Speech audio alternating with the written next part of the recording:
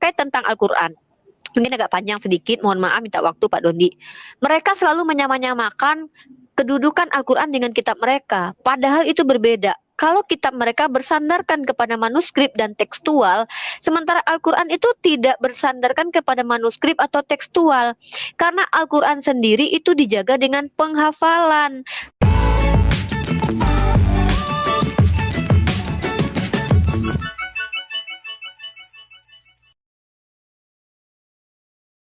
Shalom, selamat berjumpa kembali Bolo-Bolo Inyo Manis dengan channel Apologetika Inyo Manis. Siang hari ini saya memberikan suatu reaksi atas jalannya perdebatan antara pendebat Islam Umi Rifa kalau nggak salah namanya. Iya, Doditan Mu'alaf bergandengan berpartner dengan Umi Rifa berdebat dengan apologet Kristen. Yang menarik begitu saya lihat rekaman ini, ternyata Doditan dan para mu'alaf yang menjadi debaternya pihak muslim banyak melakukan kesalahan yang sangat fatal, cerita-cerita omong kosong, hoax yang tidak pernah terjadi di dalam sejarah. Karena saya melihat rekamannya ini betapa banyaknya kebohongan dan kekeliruan, ada dua kemungkinan. Pertama, debater muslim Umi Rifa ini dia memang benar-benar bodoh, benar-benar longor, tidak banyak buku yang dia baca, dia hanya menerima informasi dari katanya satu orang yang itu pun belum tentu dia uji benar atau tidaknya. Kedua, ada kemungkinan dia tidak bodoh, artinya memang ada kesengajaan untuk berbohong dengan kebohongan yang sangat mengerikan. Jadi kategori kedua ini kemungkinan yang ditampilkan oleh Doditan, yang berpartner dengan Doditan dan ditampilkan di channelnya. Umi Rifa ini seorang pembohong profesional untuk kepentingan dakwah. Anda mau lihat betapa banyaknya, mengerikannya kebohongan-kebohongan yang dilakukan oleh Umi Rifa.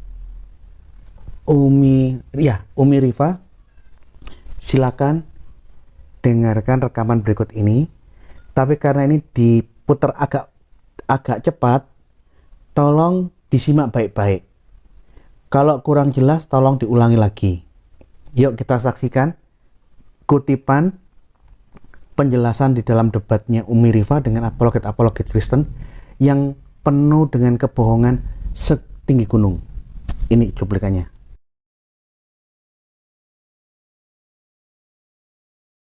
Itu berupa hafalan tuh, dihafal, diajarkan, malaikat Jibril datang, Iqra, itu ayat, dibacakan kepada Nabi Muhammad, lalu Nabi Muhammad menghafalkannya, lalu Nabi Muhammad mengajarkan kepada sahabat menghafalkannya. Beda, kalau kitab Matius dikarang Matius, kitab Lukas dikarang Lukas, kitab Yohanes dikarang Yohanes, dikanonisasi menjadi satu kitab. Matius, Markus, Lukas, Yohanes memiliki sudut pandang penulisan kitab-kitab, sementara Al-Quran itu dari satu orang bernama baginda Rasulullah Muhammad SAW, dihafalkan ayat-ayatnya oleh sahabat.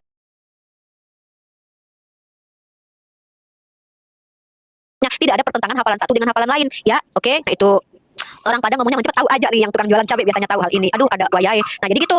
Nah, saya sebutkan para penghafal Al-Quran yang terkenal nih. Salah satunya adalah Abdullah bin Mas'ud. Ya, orang-orangnya jelas ya. Orang-orangnya jelas loh ya, yang menghafal Al-Quran, bukan kitab suci yang ditemukan kemudian nggak tahu siapa penulisnya, tiba-tiba dikatakan si A, si B, si C. Ini enggak. Al-Quran itu dihafal yang pertama sama Abdullah bin Mas'ud. Yang kedua Salim bin Miqal, Mu'az bin Jabal, Ubay bin Ka'ab, Zaid bin Sabit, Abu Zaid bin Asakan, dan Abu Ad-Darda. Ini yang terkenal. Tapi apakah yang lain nggak hafal? Yang lain hafal. Nah, dan terakhir ya, penulis Al-Quran itu dari zaman Rasulullah ke zaman Sayyidina Abu Bakar Siddiq. Nah, di zaman Rasulullah itu ditulis sama satu orang yang terkenal sebagai seorang penulis wahyu dan juga asisten juru tulisnya baginda Rasulullah, seorang pemuda yang smart, bahkan dia juga belajar bahasa asing, yang bernama Zaid bin Sabit. Dan dia yang menuliskan wahyu, mengumpulkan wahyu ketika zaman Rasulullah. Di zaman Abu Bakar Siddiq, orang ini juga yang menuliskan Al-Quran atas perintah khalifah pada waktu itu, ya, Abu Bakar Siddiq, dan dia yang menuliskannya. Bayangkan, penulisnya sama. Beda dengan kitab Matius, Markus, Lukas, Yohanes yang penulisnya beda-beda. Ya, jangan sama-samakan. Aku nggak sudi, ya. Nah, terus kemudian penulisnya di zaman Utsman. Ternyata juga Zaid bin Sabit ketuanya. Kenapa ada ketua? Karena kan yang menghafalkan bukan Zaid bin Sabit. Semua rata-rata sahabat yang masih hidup ketika setelah perang tuh ya, dikumpulkan. Nah, Zaid bin Sabit itu menghafal. Lalu Zaid bin Sabit dia itu nggak egois, hafalannya sendiri yang dituliskan, enggak. Dia cari hafalan teman-temannya yang lain terus disamain, dibikin ada beberapa saksi. Sama enggak hafalannya? Maksudnya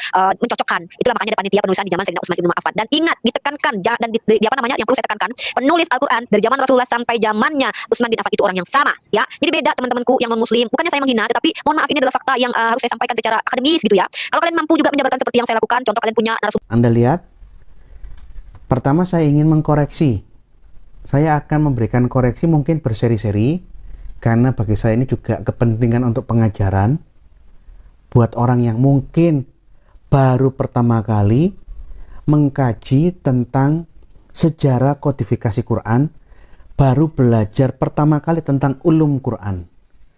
Yang ingin saya sampaikan, kebohongan yang sering kali dilontarkan oleh Umi Rifa adalah Quran ditulis oleh satu orang, Said bin Sabit.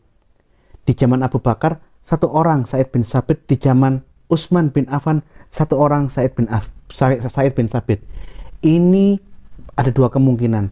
Kegoblokan yang parah dari Umi Rifa, atau ini memang kebohongan yang disengaja. Dia penipu profesional. Apapun dia mau yang kategori pertama apa yang kedua, saya akan tunjukkan bukti. Yang saya ambil dari buku-buku ulum Quran, buku-buku tulisan orang muslim sendiri tentang fakta-fakta sejarah di saat Quran dikumpulkan. Yuk lihat.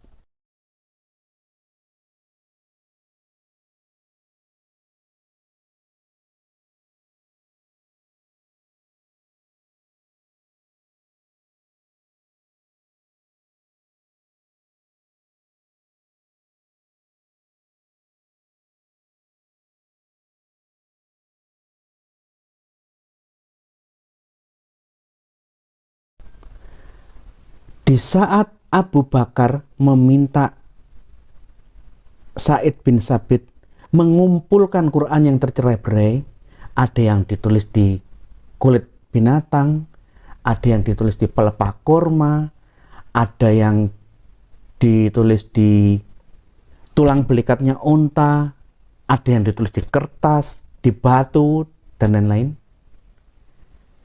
Dan juga mengumpulkan yang ada di berbagai ingatan-ingatan para sahabat yang masih hidup.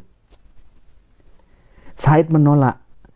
Kalau aku disuruh mengumpulkan Quran yang tercerai-berai sekian banyak di pelepah korma, di sana tulisannya ada di sana, ada tulisannya di situ kulit binatang, di sana ada ditulis di buku, di sana ada di mana-mana di ingatan-ingatan. Lebih baik saya pindahkan gunung dari sini, saya gali, saya pindahkan ke sana. Logikanya apa? Sebelum Said melakukan pengumpulan, mengumpulkan berbagai Quran yang tercerai-berai, termasuk dari ingatan, pertanyaannya, yang nulis semua Quran yang tercerai-berai ini apakah Said? Said nulis Quran di kulit binatang terus dia lempar ke sana, terus dia nulis di pelepah korma, dia titipkan di sana. Kan tidak seperti itu. Artinya sebelum Said melakukan pengumpulan, sudah ada banyak orang yang tidak tahu siapa namanya menyalin Quran dengan media seadanya. Ingat, ini kebohongan pertama. Jadi, mengenai kebohongan pertama ini merupakan informasi umum di dalam buku-buku yang mengulas tentang sejarah Islam. Jadi kemungkinan pertama Umi Rifa ini memang gobloknya minta ampun, atau dia memang pembohong yang profesional untuk tujuan dakwah, seperti yang tampil di dalam channelnya Juditan. Kedua, data sejarah. Ini mungkin Umi Rifa belum tahu, belum banyak baca buku, saya kasih tahu. Sebelum Said bin Sabit masuk menjadi Islam, catatan hadis dari Ibnu Mas'ud, aku sudah membacakan 70 surah tanpa putus di hadapan Muhammad, dan Muhammad tidak mengkoreksi bacaannya di saat Said bin Sabit masih anak-anak dan belum Islam. Ingat, Said bin Sabit itu anak kecil, anak muda. Ibnu Mas'ud sudah ikut dakwahnya Muhammad sejak Islam didakwakan yang pertama kali. Di saat Ibnu Mas'ud mendengar wahyu-wahyu yang katanya wahyu dari Muhammad, dan dia hafalkan dan dia membacakan 70 surat tanpa putus, di saat itu, di saat dia membacakannya di hadapan Muhammad, Said bin Sabit itu masih anak-anak, belum belajar baca, masih bermain-main dengan kawan-kawannya, entah main kelereng, main-mainan kayu tak apa, masih anak-anak. Anda keliru. Kedua, Ibnu Mas'ud sekalipun dia bukan tim pengumpul penyalin Al-Quran, dia bukan tim yang terlibat di dalam kodifikasi Quran tim yang dibentuk oleh Utsman. Ibnu Mas'ud sudah mencatat mushaf Quran versinya sendiri tanpa Sa'id bin Sabit, termasuk sahabat-sahabat yang lain, Abu Musa, Ubay bin Ka'ab, Ibnu Zubair, yang lain-lain. Mereka mencatat Quran berdasarkan ingatannya mereka sendiri-sendiri di dalam mushaf yang mereka tulis sendiri-sendiri.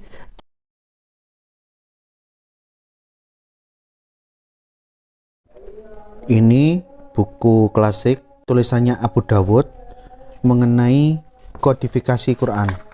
Abu Dawud mengkompilasi 1, 2, 3, 4, 5, 6, 7, 8, 9, 10, 11, 12, 13, 14, 15 kodeks primer. 1, 2, 3, 4, 5, 6, 7, 8, 9, 10, 11, 12, 13, 14. Ada 14 kodeks sekunder. Yuk kita lihat catatan Imam Abu Dawud mengenai perbedaan antara mushafnya Ibnu Mas'ud dengan Rasam Utsman. Yuk kita lihat perbedaannya.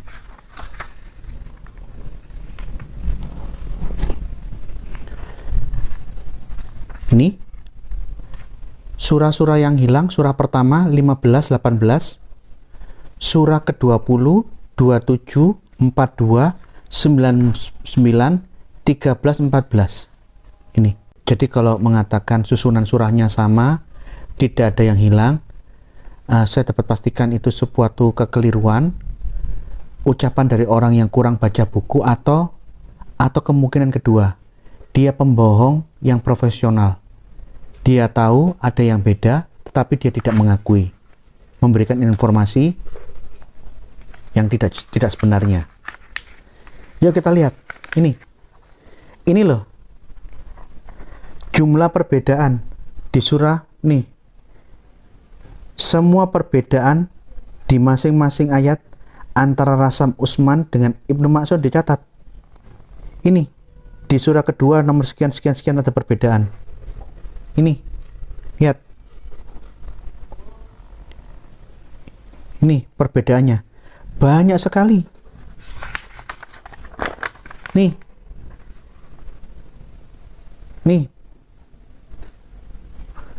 Jumlah perbedaannya.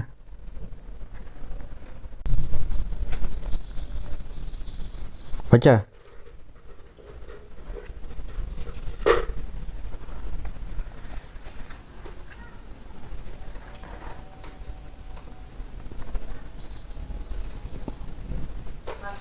Nih baca perbedaan berikutnya. Surah ketiga, lihat nih.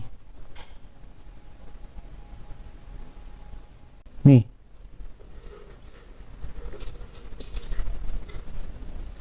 Inna dinal indalahi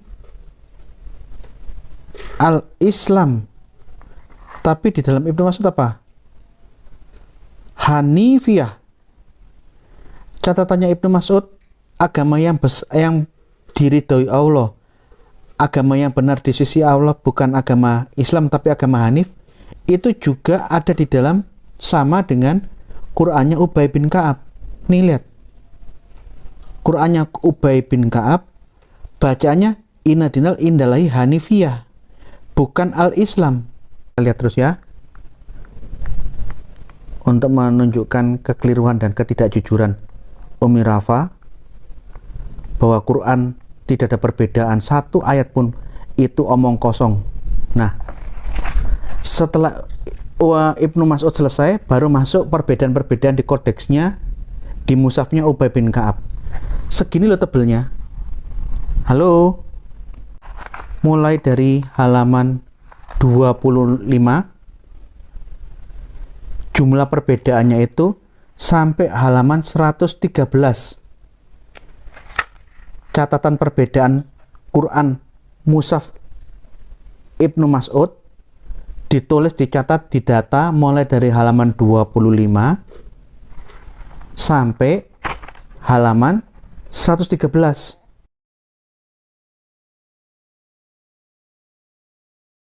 Jadi bohong sekali, ada dua kemungkinan. Umi Rifa ini gobloknya kebangetan, karena dia kurang baca buku, dia tampil dengan pede. Dia tidak tahu apa-apa. Atau yang kedua, dia tahu tapi dia sengaja berbohong untuk kepentingan dakwah. Ada dua kemungkinan ini. Kemudian, di saat Said bin Sabit menyelesaikan usahanya atas perintah Utsman, apa yang dia lakukan di zaman Abu Bakar setengah jalan belum selesai, dititipkan di Habsah. Kemudian Utsman memimpin, disuruh melanjutkan, dia lanjutkan. Di saat dia selesai melanjutkan, ada perbedaan antara mushafnya Ibnu Mas'ud dengan Rasam Utsman versi Khalifah. Contoh, Ibnu Mas'ud dan mushafnya Ubay bin Ka'ab tidak memasukkan Al-Fatihah. Mereka bersikeras Al-Fatihah bukan firman Allah dari surga yang turun kepada manusia di dunia, bukan. Bukan firman Allah dari langit yang ditujukan kepada manusia, tidak. Ubay bin Ka'ab dan Ibnu Mas'ud mengatakan ini adalah doa manusia kepada Allah, bukan firman Allah kepada manusia. Lihat tuh. Kemudian kalau Anda melihat perbedaan antara mushafnya Ibnu Mas'ud dengan Rasam Utsmani, 1000 perbedaan teks lebih. Dan salah satunya yang terkenal perbedaan narasi teks Ali Imran nomor 19. Innal dinal indalahil Islam versinya Utsman yang kita baca, yang kalian baca saat ini. Mushafnya mushafnya Ibnu Mas'ud, orang yang pertama kali ikut Islam dari pertama, penghafal Quran yang diuji langsung oleh Muhammad dan tidak ada salah. Bahkan Muhammad mengatakan belajarlah Quran dari 4 orang ini. Ibnu Mas'ud yang disebut pertama kali. Ibnu Mas'ud selalu disebut pertama kali sebagai orang yang hafalannya paling ngerti Quran setelah Muhammad. Lah yang menarik, di saat ada perbedaan ini, orang yang paling hafal Quran yang diwasiatkan Muhammad, belajarlah Quran dari Ibnu Mas'ud, teksnya berbunyi inna dinal indalahi hanifiyah, agama yang diridhoi Allah, agama di sisi Allah adalah agama Hanif, bukan agama yang benar di sisi Allah adalah agama Islam. Beda ini. Inna dinal indalahil hanifiyah juga ada di dalam mushafnya Ubay bin Ka'ab. Jadi Ubay bin Ka'ab dan Ibnu Mas'ud teksnya sama, agama yang benar di sisi Allah adalah agama Hanif, bukan agama Islam. Jadi Anda sudah berbohong. Nanti saya akan tunjukkan data-data untuk mempreteli satu persatu kebohonganmu, dan saya akan buatkan postingan bantahan berseri-seri demi pembelajaran supaya apologet Kristen yang baru masuk ke dalam dunia apologet bisa mempelajari dan tidak mudah terhasut oleh kebohongan-kebohongan masif. Umi Rifa ini pembohong tingkat tinggi, pembohongan profesional, atau orang yang sama sekali miskin bacaan. Karena dia tidak banyak baca buku, dia miskin bacaan, dia tampil dengan pedenya dan melakukan semua kesalahan-kesalahan di dalam ucapannya. Kenapa? Ya karena dia nggak tahu apa-apa. Jumlah perbedaan teks Quran pra Utsman hanya antara mushafnya Ibnu Mas'ud dengan Rasam Utsmani 1000 lebih.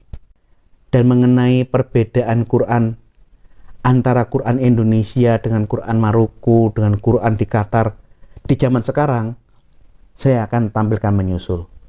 Shalom, jangan mudah termakan oleh hoax dari kelompok-kelompok orang yang miskin bacaannya, yang tidak tahu apa-apa, tapi ngomong wah dengan pedenya. Jangan, banyak belajar. Atau jangan-jangan Doditan atau si Umi Rifa yang ngomong tidak ada kesalahan otentik. Mereka tidak lain adalah pembohong profesional yang memang ditugaskan untuk melakukan dakwah dengan cara-cara yang tidak terhormat semacam ini. Terima kasih, Tuhan memberkati.